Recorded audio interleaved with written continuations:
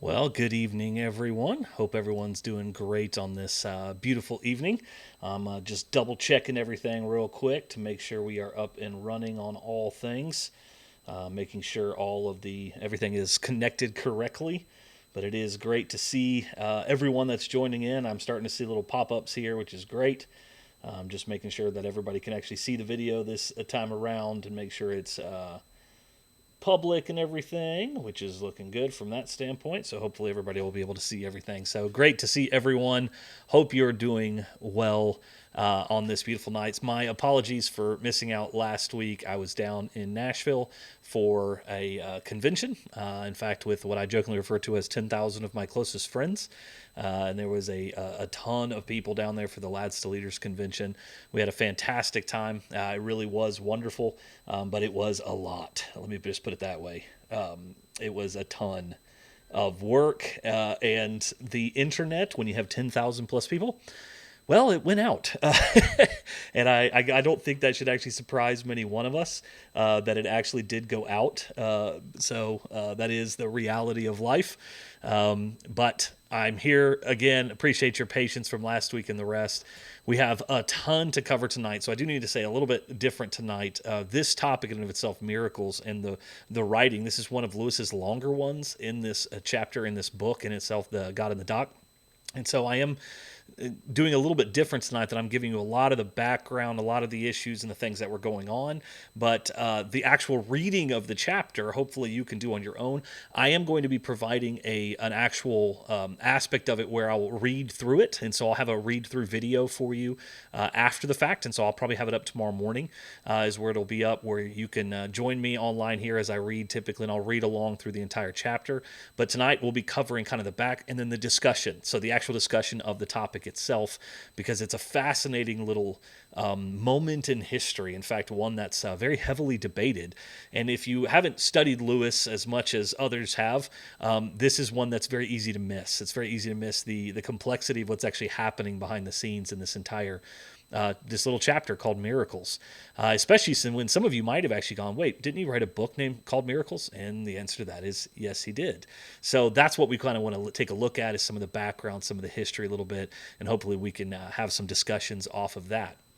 So, with that in mind, let's dive into the rabbit hole, this background on miracles itself, on this lovely little chapter. So, in this kind of quiet bookline study in Oxford, this is kind of the story behind it. This Oxford Don, that's what he was called. The story began in the kind of the mid 1940s, leading up to this chapter. So, this one actually has kind of a bit of a history to it. So, you have Lewis, a scholar of literature, a Christian apologist, and a man with a knack for weaving complex ideas into an accessible prose, sat at his desk, pen in hand. In fact, the world was still kind of reeling from the Second World War. If you've read anything from Mere Christianity to the Rest, that was all kind of right behind all of this. And Lewis, having gained fame from the Screwtape Letters and his BBC radio talks, which would become Mere Christianity, turned his mind into a philosophical challenge, defending the possibility of miracles in a skeptical age. So his book called Miracles, A Preliminary Study, was published in 1947, and it was the fruit of this labor that he set forth to do at this time. So in it, he argued that miracles, divine interventions in the natural order, were not only possible but plausible, provided one rejected what's called naturalism, the belief that nothing exists beyond the physical world. So chapter 3 of that book is literally called The Self-Contradiction of the Naturalist. It was this linchpin of his entire argument.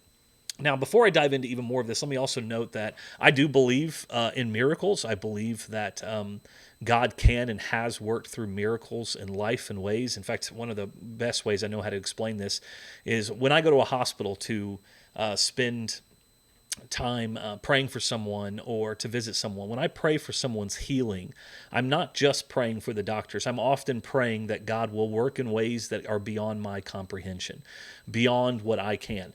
Now, it's not because I believe I hold such power or I have the ability of healing. It's I believe that God does, that God can and has throughout history worked in miraculous ways. The breaking of natural laws or the healing in ways that go beyond the understanding of medical science. There's so many ways in which this word, in fact, miracle, can be understood.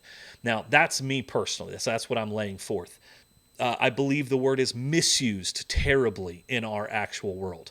I believe it is associated with all sorts of things where I think people are being descriptive, but they're actually harming our understanding of miracles. So, as an example, the miracle of childbirth.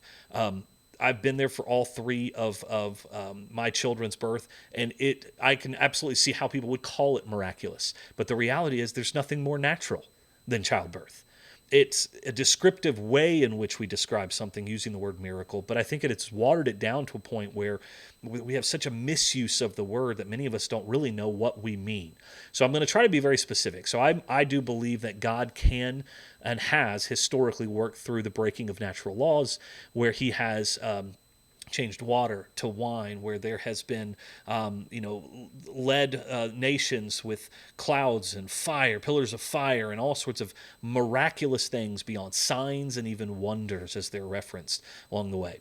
So Lewis is going to give us his definitions here too, but he starts off with this whole book of, it's about a viewpoint, really. It's really about how people view the concept of miracles itself. And he's going to make an entire argument basically off of, but you have to reject this worldview that is this concept of naturalism, that everything came about through natural processes.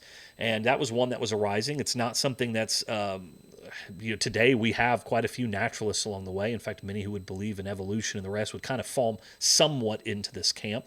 But that's kind of, I wanted to lay that before all of us before we dive into the rest of this. So here Lewis contended that naturalism undermines itself. If all thoughts, so if everything that we have basically in our minds is just, including reason, are merely the product of irrational physical causes like brain chemistry, so neurons firing, if all of it happened just because, that all of that cannot be trusted. So if it's just happening because it's what neurons do, then the thought process itself cannot be trusted. And this at the time was a bold argument aimed at skeptics and philosophers alike, and it would soon spark quite a clash that reverberated through Oxford's kind of intellectual circles. So Lewis, who was a fellow at Magdalen College, this is a side note. This is a fun one. When you read that word, most people would say Magdalene is how it would be said. It goes back to the Middle Ages and how it was originally said in the Old English. Would have said Maudlin, and then the spelling changed over time and it became what looks like Magdalene. But the reality is that the spelling, while it changed, how people have said the college's name never did. So it's still called Maudlin. So when you see that, that's just an example of that. So was no stranger to debate. Lewis, in fact, was the president of the Oxford Socratic Club, a forum he co-founded in 1942 to foster discussion between Christians and skeptics. He thrived on rigorous exchanges. In fact, so much of what we would call the Oxford Union, even today, you can watch their debates on YouTube and the rest. It's fantastic. The old style of classic debate. I wish we did more of these types of things. In fact, I think there is there would be a lot of audience for this, even at our Christian colleges and the rest. I brought this up to a couple people recently because I think it's a missed opportunity that we don't do this more often. So the club met weekly, drawing students and dons and thinkers to Junior Common Room 3 at St. Hilda's College, where ideas were kind of tested under the fire of questioning. Lewis had a booming voice, and he'll quick wit and knack for metaphors, was a formidable figure in this area, and often dominating discussions kind of with his blend of logic and also literary flair. One who would meet Lewis on his own turf happened here in 1948. In fact, this would leave a lasting mark on both the school and also Lewis himself. So enter Gertrude Elizabeth Margaret Anscombe, known to all as Elizabeth or simply Miss Anscombe. At 28, she was very young, she was a rising star in Oxford's philosophical scene.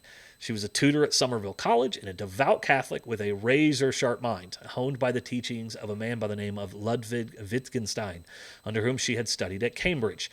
Now, this is just a side note, but was able to study online at the University of Cambridge doing a degree in philosophy, and one of my professors was a absolute Wittgensteinian philosophical professor, and so I was unaware of Wittgenstein on a deep level until doing that online degree. Boy, and it was an in-depth thing. So I have a deep resonance with the fact that she actually got to study with this professor. So I'm here, probably close to 60 years removed from Wittgenstein and the rest. But it's an interesting when you have these connections all of a sudden. And Anscombe studied directly under him, and having had to read a lot of his works, I now understand a lot of her arguments probably better than most because of his stylings directly influenced how she approached this subject. So Anscombe was no typical academic. So she was fierce, direct, and unapologetic. She was known for her intellectual rigor and her refusal to suffer sloppy thinking. I love this about her, honestly. And she arrived at the Socratic Club not as a skeptic, but as a believer. So this wasn't as somebody who didn't believe in God. She believes in God, yet one who found Lewis's arguments and miracles philosophically wanting. To her, Lewis's claim that naturalism's reliance on irrational causes invalidated reason was muddled. So it was conflating concepts and lacking the precision philosophy demanded. So here's a philosophical person coming in to talk about what Lewis was kind of arguing from a theological perspective.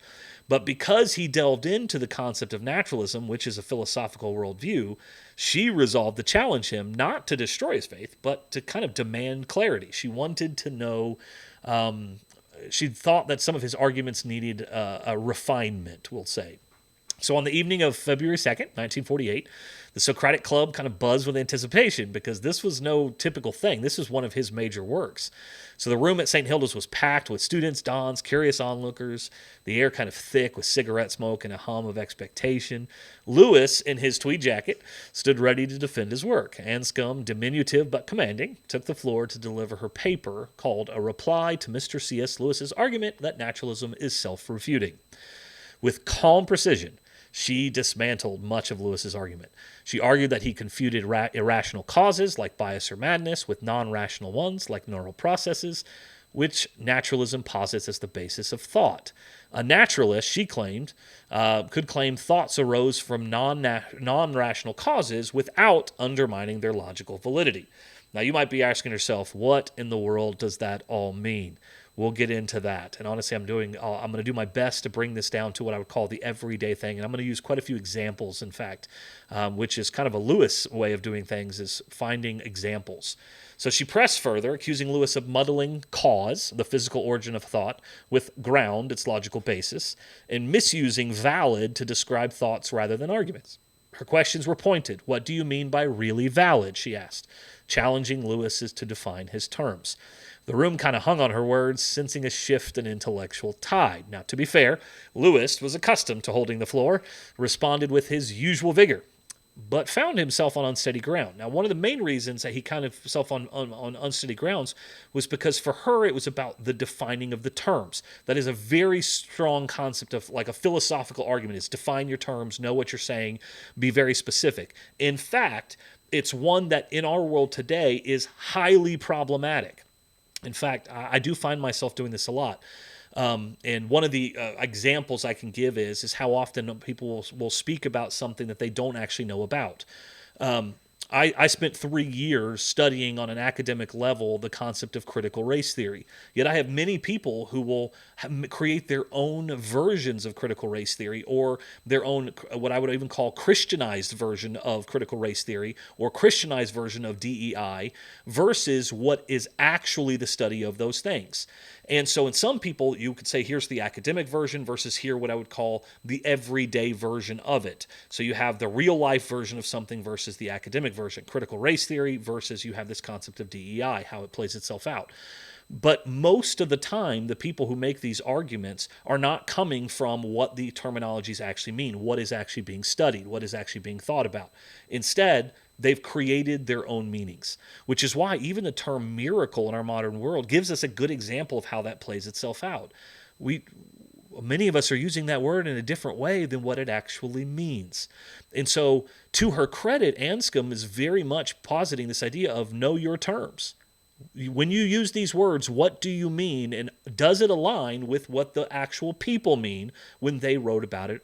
And so there's a call, in essence, to be academically and even theologically charitable, to be kind in your interpretation as to what people are meaning or saying in that time, to not just assume the worst or interpret the worst version or your own version of what it is, but instead to actually read it for what it really is, which is where basically it comes down to, are you using the words the way the words are meant to be used? And I'll be honest with you, there's a lot of people who struggle with this, and this is a hard one, even for myself. This isn't something I'm perfect at by any stretch of the imagination. We need to mean what we say. And just because we may have a version of what we mean, when we use certain terminologies, we should be very specific about what we mean. We should use the words in the ways in which they're meant originally. So that's what a lot of this argument is going to come down to. Now, Anscombe's critique was not an attack on faith or on actual Lewis's concept of miracles. It was his surgical dissection of his logic, and it stung him because it was more about the terminologies that he used and how he used them about naturalism versus the fact that she thought he was inherently wrong. It was the fact that because she was a believer, so she believes in God and believes in something beyond the natural world. It's just that he was making, in her mind, poor arguments against a philosophical worldview because he was not using the right terminologies or using them in the right way, the way naturalists actually would. So he conceded points, admitting valid was a poor choice and that cause and ground were not synonymous, but defended his core claim that rational assent requires a logical ground, not just a physical cause. So the debate stretched on with questions from the audience, including Catholics who sided with Anscombe, to the surprise of some Protestant present at the time. The Socratic Club's secretary, Marjorie Miller, noted in the minutes that Lewis would need to reformulate his argument to meet Anscombe's objections, a rare acknowledgement of a challenger's strength. As the evening ended, opinions varied. Some, like student Derek Brewer, and it's fascinating to find this stuff online, by the way, felt Lewis was defeated, while others, including Anscombe herself, saw it as a sober exchange, not a rout. Lewis, ever gracious, actually invited Anscombe to dine with him and friends weeks later, a sign of mutual respect. Now, this debate left its mark. Lewis, though not crushed, as some later claimed, was quite shaken by the encounter. Friends like George Sayer noted he felt cut to ribbons, and his brother, Warney, described him as subdued, likened his mood to a whipped dog. Yet Lewis was not a quitter. He took Anscombe's critique to heart, retreating to his study to revise miracles. And by 1960, a new edition appeared with Chapter 3 retitled The Cardinal Difficulty of Naturalism. The revised chapter incorporated Anscombe's distinctions between non-rational and irrational causes, clarified terms like valid, and expanded the argument to 10 pages from 5. Anscombe, when asked about the revision, acknowledged its improvement, noting it had the rigorous analytic quality the original lacked. So Lewis took this debate on, then went back and rewrote, in essence, a chapter in his book that had already been in publication. In fact, if you were to buy Miracles today, what you're getting is the revised version, the 1960 version of Lewis's work, not the original one from before. Now, the story didn't end there. The debate birthed what some call the Anscombe legend, a narrative pushed by biographers like A.N. Wilson and Humphrey Carpenter. They claimed Anscombe's critique humiliated Lewis, prompting him to abandon apologetics for fiction. That's why he went and created the Chronicles of Narnia. Now, this tale grew, painting Lewis as retreating from theology. Now, his confidence shattered and he left around, but the truth is far more nuanced. Honestly, everybody kind of laughs at that now. Lewis continued writing apologetics, for one. His essays like On Obstinance of Belief and Is Theism Important appeared in God in the Dock, and remained active in the Socratic Club until 1954 when he left to go to Cambridge University. Anscombe herself scoffed at the legend, calling it nonsense in a 1985 talk to the C.S. Lewis Society. She respected Lewis's willingness to kind of revise his work and saw their exchange as a model of intellectual honesty, not a knockout blow. You see, the way that it wasn't a debate nearly as much as it was, here's some things I think you could do better, and Lewis took those things in a debate format and then went back and was intellectually honest. He found some things that he could have done better on, and so he made his changes. That's not somebody who's defeated. That's someone who's acknowledged, but never changed his ultimate premise that naturalism is highly problematic. He just made better arguments because of Anscombe's critiques on his specific philosophical arguments. So now others played quite a role in these dramas as they were going forward. The Socratic Club itself, chaired by Stella Ardwinkle, was a crucible for such debates, fostering a culture where faith and reason clashed openly. Students like Brewer and J.W. Bennett witnessed this event, their accounts shaping later narratives. There's been a lot of stuff written about this debate later on. Philosophers like Basil Mitchell, the club's president after Lewis, noted the debate's impact with some like John Lucas and Victor Reppert, later refining Lewis's arguments from reason. Anscombe's husband, Peter Geach, another Wittgensteinian philosopher, likely influenced her thinking, though he wasn't directly involved. Wittgenstein's shadow loomed large, his emphasis on linguistic clarity evident in Anscombe's critique. This was very, very clear. This debate has gone down as kind of one of those in history of how a student took on Adon, and it wasn't that she won, it's that the ultimate premise of why you should have debates won out. That a mind was changed, arguments were sharpened. This was iron sharpens iron in a really positive way. And even though many, like I mentioned here, have done their best to create drama around it, it actually did what it was meant to do, what the Socratic Club was really meant to be all about. So this legacy of this clash kind of endures. Lewis's revised Miracles remains a cornerstone of Christian apologetics, while Anscombe's critique sharpened the arguments from reason, influencing philosophical discussions of naturalism going forward. The debate showed two giants, Lewis, the literary apologist, and Anscombe, the philosophical rigorist, grappling with truth, each pushing the other to greater clarity. It was not a story of defeat, but of growth, a testament to the power of ideas, tested in the heat of honest debate. And in Oxford's hallowed halls, where minds meet and sparks fly, that legacy lives on. This is a fantastic kind of backstory. And now you might be asking, what does this have to do with what we actually just read? Because what you're going to read is his first response. Before he goes and actually revises his chapters, he responds to her arguments. So he's written his book, Miracles, followed then by the debate with her that did not go the way that he thought it would, but instead of taking his woundedness with him, he went and refined his ideas, and this is his first response. Later on, he would revise Miracles itself. So this is the reading that you will do later on, or maybe you've already done, of this chapter on Miracles, is a response to all of this, his first response. So let me do my best to break down all of these these arguments, Anscombe's arguments and the rest. So here's what the best way I know how to do this is to actually give you the terminologies and then some living scenarios and examples of what they're actually arguing. So this is the best way I know how to do this, because otherwise this can be very convoluted, very heavy, very academic from that standpoint. So here's a scenario. When the irrational, when they're discussing the word irrational. Remember, a lot of Anscombe's arguments are about the terminologies. Do we have the terminologies down right? Are we using them in the right way, the way that naturalists would? So the scenario is, let's say Sarah believes her coworker is sabotaging her because she's paranoid, which is an irrational cause. So Lewis's view would say Sarah's paranoid is an irrational cause, like neural processes under naturalism, producing unreliable beliefs. He'd say all thoughts caused by physical processes are similarly untrustworthy. If it's just neurons firing, then it's irrational, it's unnatural, so it's pointless. Anscombe's view, Sarah's paranoia is an irrational cause because it distorts reality. But if Sarah believes her coworker is late because she saw them arrive late, caused by neural processes, so she's seeing it with her eyes, neural processes, saw them arrive late, that's not irrational. It's just non-rational and potentially reliable.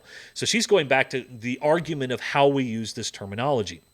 So where Lewis is more broadly speaking going, if it's all just neurons firing in your brain, then if you see and you think you're being paranoid, that's irrational, then all of it is irrational, every bit of it. So there's no real cause outside of it. It's pointless. Anscombe's coming around going, well, no, not if it's true. If what she sees is, if it's her paranoia is an irrational cause because it distorts reality, but if Sarah believes her coworker is late because she saw them arrive late, so she has now a visual representation, that's not irrational. It's just non-rational and potentially reliable. Well, I mean, it's so sometimes it feels like we're splitting hairs here, but Anscombe is making the arguments. This is how naturalists think. So you can't just broadly paint a brush and dismiss them outright. You need to use the terminologies that they use. So here's a second one, non-rational. Scenario: Tom sees a red apple and believes that's a red apple because his eyes and brain process the light waves. So Lewis's view, Tom's belief is caused by physical processes, neural firings in his brain, which Lewis calls irrational and unreliable, like bias or madness, undermining reason. So he's saying even though your brain tells you that it's a red apple, there's no reason it should tell you. If it's all we have, if the naturalist view is all we have is neurons firing, then it doesn't matter what it tells you what it is because it's completely irrational because it's not coming from actual thought. It's just coming from neurons. Anscombe view, for the naturalists, says the neural firings are a non-rational cause. They're just they're just physical processes, not defective. Now, this is where they start defining like madness, like craziness. So this is where she decides to kind of go after the concept of a crazy thought versus a rational thought. And so Lewis's ultimate argument is rational thought has to come from somewhere because otherwise it's irrational. And she says, no, there's a difference between rational thought and irrational thought because sometimes there's people who we know are actually crazy and that's their brains firing in that way too, but they might get some things right sometimes. And when they get things right sometimes, that's still rational. Again, it's so kind of very heavy academic, kind of convoluted in and of itself. How about cause? So Jane believes it's raining because water droplets hit her skin, triggering neural signals. Lewis's view is the neural signals are a physical cause, making Jane's belief a product of blind causation. So because it's raining, there's no rational insight. She feels it on her skin, so it's untrustworthy because it's just happening because neurons told her it's raining, thus it's raining. That's how she knows. He's saying that's irrational. Anscombe's view is the neural signals are non-rational cause, explaining how Jane's belief formed. Her belief is rational if it aligns with evidence, showing causes and sign. All of this is about terminology. All of this is about how you use these words. Now, this is very dense at times, and this can be very heavy. So here's, I think, one or two more, and then we'll get into really the meat of the arguments. So scenario here is when it comes to ground, Mike believes 2 + 2 = 4 because he learned arithmetic and applies it. Lewis's view is if Mike's belief is caused by neural processes, it lacks a logical ground, as physical causation can't produce rational insight, undermining its validity. Anscombe's view is Mike's belief has a logical ground and a physical cause. The ground makes his belief rational regardless of its cause. So she's basically arguing that naturalists believe it doesn't matter what the cause is. That's it.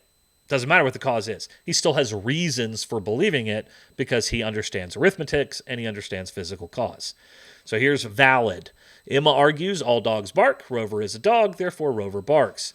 If Emma's argument is caused by neural processes, it's not valid. A physical causation can't guarantee logical insight or truth.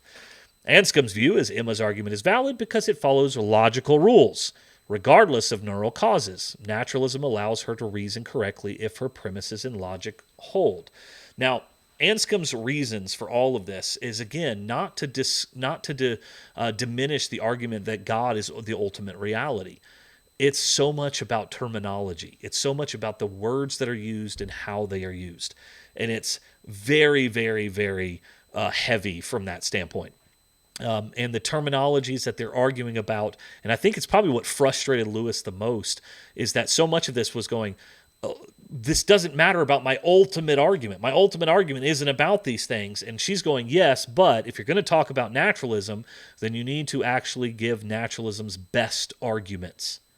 Its best arguments, not necessarily the simplest or the easiest arguments. So here's a summary of what happened. So Lewis's position. Lewis argues that naturalism reduces thought to irrational causes, like neural processes. If all we are is brains on a stick, in essence, if all we are is just neurons firing and everything we're doing and everything I'm saying even right now is something that I would have naturally said because of the neurons in my brain. There's no outside cause. There's no God. There's nothing else like that. All of it is coming purely because of the neurons firing in my brain. it's madness. That's what he says. It's irrational. There's no reason for any of it. So, which he likens to bias of madness, leaving no room for logical grounds or valid reasoning. How can I know I'm being rational if everything I'm talking about and believe in my worldview is that everything that I'm doing would have happened either way? This makes naturalism self-refuting, in essence, is what he says, as it undermines the reliability of reason needed to assert itself. So Anscombe's counterargument is this. Anscombe accused Lewis of conflating irrational, which is truth distorting, with non-rational, neutral, like neural processes, and their causes. She distinguished between causes and grounds, arguing that naturalism can support valid reasoning if beliefs are logically justified, regardless of their causal origins. So she's taken the philosophical argument that you don't really need, from a naturalist perspective, valid cause for why these things happen. Now, this is the same argument that many evolutionists take, that you don't need a first cause. It's just because. It always has been. And the problem with that is that that's not it ultimately fails from a logical perspective. She's simply making that's how naturalists argue. So the outcome of this, Lewis acknowledged Anscombe's critique, revising miracles. He replaced valid with veridical and clarified cause-effect versus ground-consequent, and the relations about how that worked its way out, but maintained that naturalism struggles to account for reason's reliability without a supernatural source. So here's some terminologies real quick to help us. Miracles. So as you read this, this is what you need to keep in mind.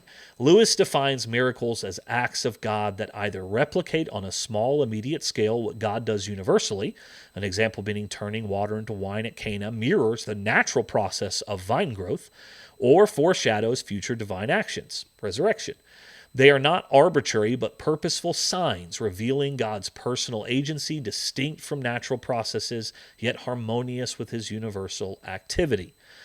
Naturalism holds that everything arises from physical, non-rational causes, brain processes, within a closed system of nature, rejecting any reality beyond the material world. Lewis argues it undermines reason by reducing thought to irrational causes, a point he refines post-Anscombe to focus on non-rational causes. So how about supernatural? The supernatural is a realm or power, God, outside the natural order, capable of acting within it.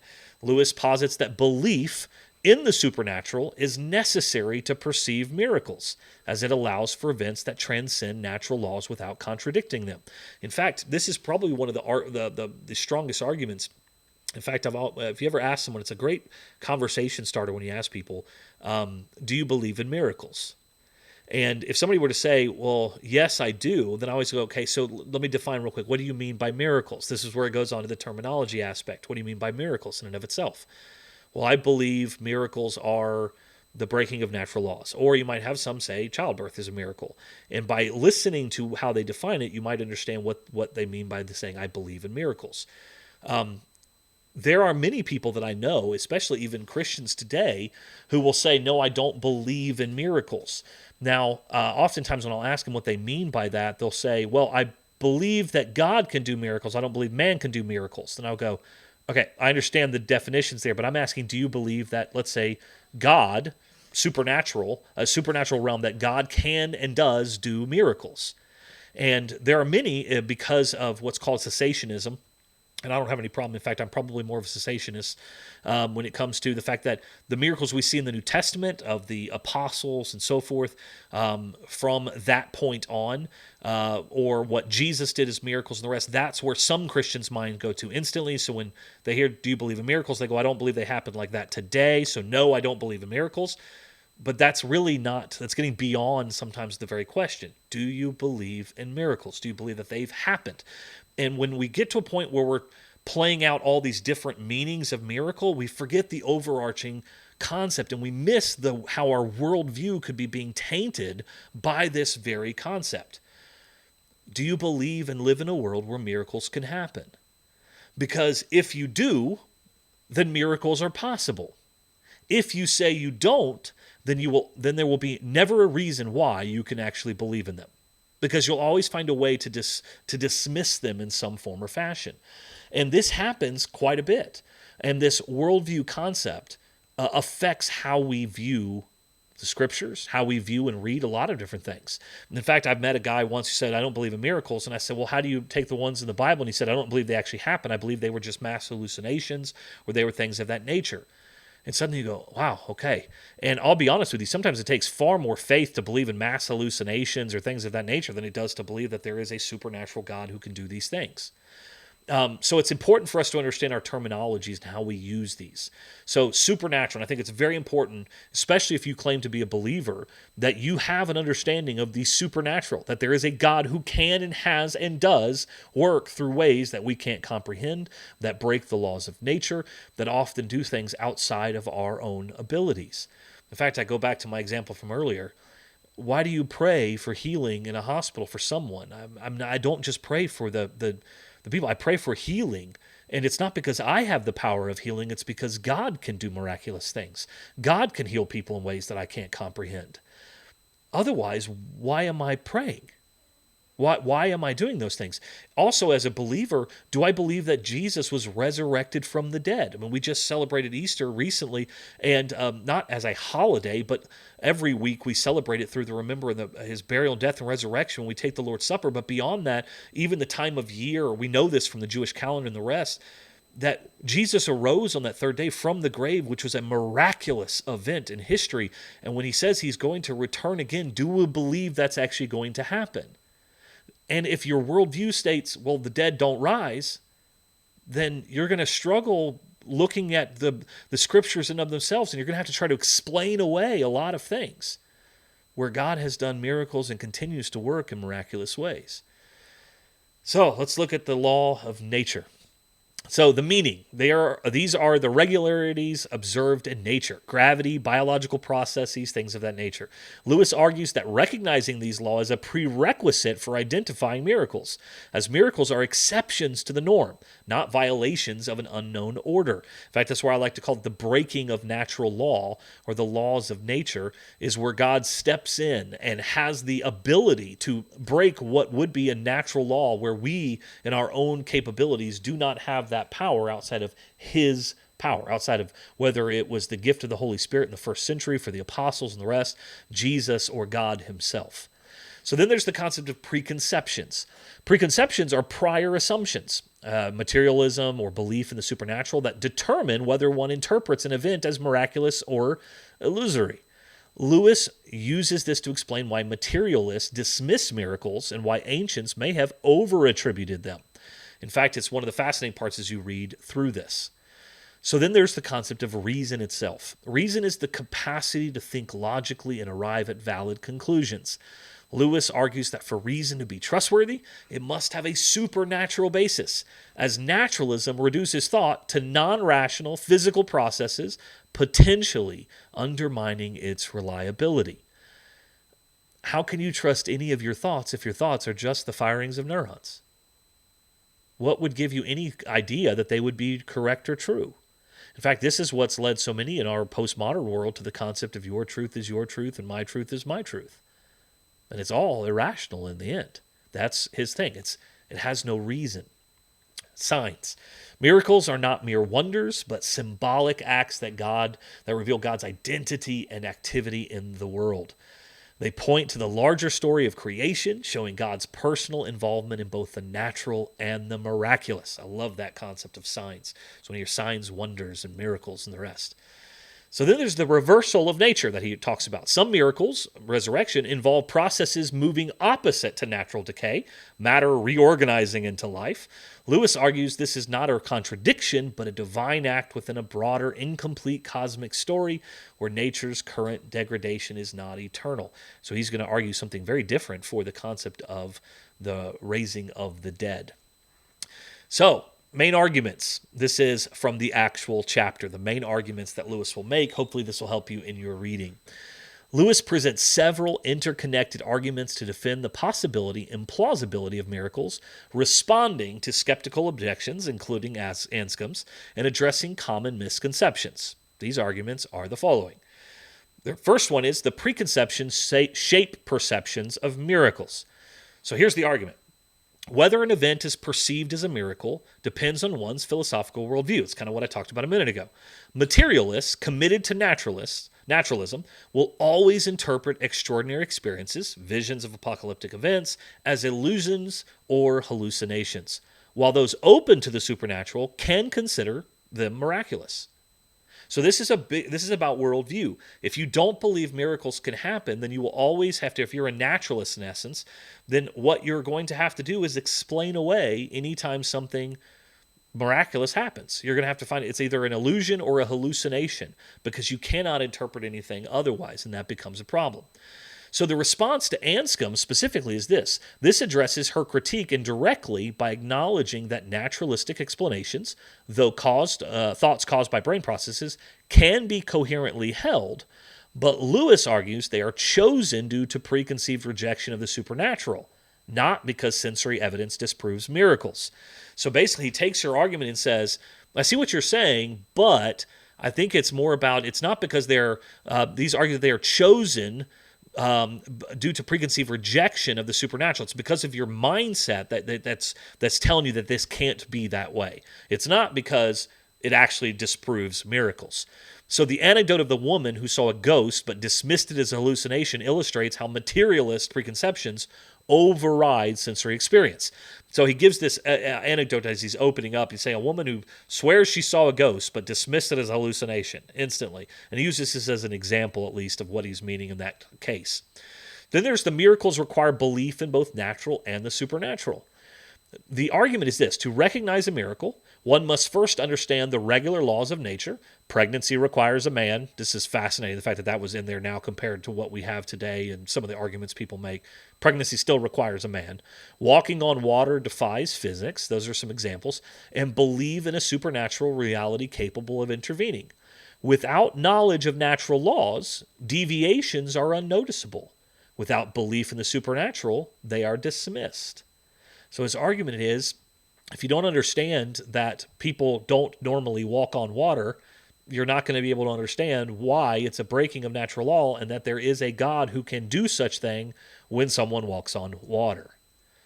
So the response to Anscombe, in essence, is this clarifies Lewis's earlier conflation of irrational and non-rational causes by emphasizing that miracles are not about denying natural causes, but recognizing supernatural ones. It sidesteps her critique by focusing on belief, not causality alone, not the underlying cause that she kept on going back to. So some evidences, biblical examples, Joseph's reaction to Mary's pregnancy, the disciples' fear at Jesus walking on water, show that ancients understood natural laws and saw miracles as exceptions, not ignorance-driven fantasies. That when Moses even saw the burning bush and fell down on his face, when you have all of these things where you recognize that something is awe-inspiring, it's a breaking of natural law. This is kind of the example that he gives. So then there's this aspect of naturalism undermines reason. This is one of his arguments. If naturalism is true, and all thoughts are the product of non-rational physical processes, then reason itself, including the reasoning that supports naturalism, lacks validity. To trust reason, we must assume a supernatural basis for our minds, partly independent of material processes, that our thoughts must in some ways exist outside of just the firing of the neurons in our mind. So this is a response to Anscombe. This refines Lewis's original argument, incorporating her distinction between non-rational and irrational causes. He now argues that non-rational causes alone cannot account for reason's reliability, requiring a supernatural ground, though he avoids claiming a direct contradiction in naturalism. He does change his terminology in this a little bit and makes it a little bit less harsh on naturalism. Lewis appeals to metaphysical arguments, asserting that thinking and moral judgments require a validity beyond physical causation, implying a supernatural dimension to human nature. So he's always pointing back to the premise of the supernatural and to God. Miracles are not arbitrary but purposeful signs. This is probably one of my favorites of his. Miracles are not theatrical violations of nature but small-scale enactment of God's universal activity. Water into wine, mirrors vine growth, or prophecies of future acts, resurrection. They reveal God's personal agency, countering objections that miracles are crude or unworthy of God, because there are many who have said such things. So this is a response more to skeptics. This addresses the aesthetic objection that miracles are clumsy, arguing they fit God's family style, as per Athanasius and George MacDonald. It also counters Anscombe's focus on logical coherence by emphasizing miracles' theological purpose. That miracles were for a purpose. They are signs. So examples like the Cana miracle and the feeding of the 5,000 show miracles as localized versions of natural processes, while the virgin birth reveals God's direct creative power. They're part of a grander narrative. They're not just random things that happen out there, which is why so often when you see healings and miracles today and the rest, rarely are about them showing God's power, and they're more about the individual who's doing it. All of this was part of the grander story and narrative of God. So then he also argues that miracles are not contradictory. Miracles like resurrection involve reversing natural processes, but this is not a logical contradiction, as nature's current, running down, is not eternal. The universe's origin and end lie outside observed laws, allowing for divine intervention. So this is a response to skeptics. This counters the objection that miracles violate laws of thought, like 2 + 2 = 5, arguing that nature's laws are not fully explicable and thus open to supernatural acts. Now, this is where he gets into probably some of my favorite arguments, because rarely do you find a lot of philosophical or theological arguments using Humpty Dumpty. So the analogy of Humpty Dumpty's fall illustrates the science observes a temporary phase of cosmic degradation, not an eternal state, leaving room for miracles like resurrection. It's just fascinating to me that there's arguments at all. That Humpty Dumpty is involved. So then there's the supernatural explanations are often more probable. This is one of his arguments. When evaluating miracle accounts, the supernatural should not be ruled out a priori. So this basically means you shouldn't just say miracles are not possible or God's not possible. In fact, this is one of the problems with a lot of modern science and a lot of modern philosophy, is that it negates as a starting point that God cannot be part of it or the supernatural cannot be part of it. So if evidence is strong, multiple witnesses, a supernatural explanation may be less improbable than naturalistic ones, given our limited knowledge of both. So when 500 plus people say they all saw the resurrected Jesus after seeing him publicly crucified, it is more likely that he was raised from the dead than it is that all 500 were having some mass hallucination. That's the argument here, in essence, that there are certain things that it would be less rational to argue, even though it seems more improbable, because we don't like the idea, again, worldview of a God who is intervening in history. We like our naturalist views that everything happens for a reason that we understand based purely on the physical aspect of life. Miracles don't fall into that category. So this response to Anscombe, this implicitly addressed her call for rigorous analysis by advocating an open-minded approach to evidence, avoiding dogmatic naturalism. So he gave historical examples. Sennacherib's defeat attributed to angels, when Sennacherib, I think it was 180,000 soldiers that were killed. I could be wrong about that. Somebody can check me on that one. And you have the Taylor Prism, I believe, is where that's found, versus the idea that mice were the ones, which is kind of one of the lores that went down, that mice went about and killed a lot of the men. Sennacherib's defeat being killed by an angel versus mice suggests supernatural explanations align better with reported phenomena that unlikely than these kind of the unlikely naturalistic ones. The idea that mice overtook the enemy, or that there was some plague that overcome, but instead it was attributed to angels itself. 180,000, I believe, soldiers died in one night with the angel going through versus mice. So even that, what would be a naturalistic argument, is lost when it comes to the fact that it's more plausible that an angel went through and did that 180,000 men. So here's the miracles, how Lewis is reasoning. Lewis employs what would be called a philosophical engagement. This is his shift from his original aspect to where he is now. He employs metaphysical reasoning to argue for the supernatural, particularly in his claim that reason and moral judgments require non-material basis. This is a direct response to Anscombe's challenge to clarify the relationship between thought's causes and its validity. By conceding, which he does, her distinction between non-rational and irrational causes, he refocuses on the need for a supernatural ground for reason, avoiding the logical contradiction she accused him of implying. He uses epistemology to address preconceptions, arguing that sensory experience is neutral and interpreted through philosophical lenses. This sidesteps Anscombe's focus on causality by emphasizing belief's role in perception. So, drawing on Athanasius and George MacDonald, he actually adds a theological framework. Lewis reframes miracles as theological signs that reveal God's identity, not mere wonders. This shift the debate from philosophical coherence to theological purpose, where Lewis is more comfortable. In fact, he kind of brings it back home in a lot of ways. His use of biblical examples grounds his argument in Christian tradition, appealing to believers while challenging skeptics to consider these accounts' coherence with natural processes. So he's taken this entire argument that he's made, in essence, refined it through a fire, and he's taken some of the arguments that she's made and then used some of them, and in some ways sidestepped them because he found them to be not plausible to what he was trying to make. Not because they didn't have validity, but it's not his ultimate argument. In fact, he found a way to make a better argument. So then he also uses what's called analogical and narrative reasoning. Lewis uses vivid analogies, Humpty Dumpty, a film played backward, a fugue, to make complex ideas accessible. The Humpty Dumpty metaphor illustrates the universe's incomplete story, countering objections that miracles contradict physics. The fugue analogy captures the interconnectedness of God's acts, reinforcing miracles' purpose. His narrative style, weaving personal anecdotes, the ghost-seeing woman, and historical references, Sennacherib and Herodotus, engages readers emotionally while supporting his logical points. Now, one of the things I should note is, even going through this, and I know some of you may be thinking, boy, this is heavy. This is deep stuff. And it is. This is academic work. This is one of those in this book that is very, very deep, very, very rich, but very, very heavy.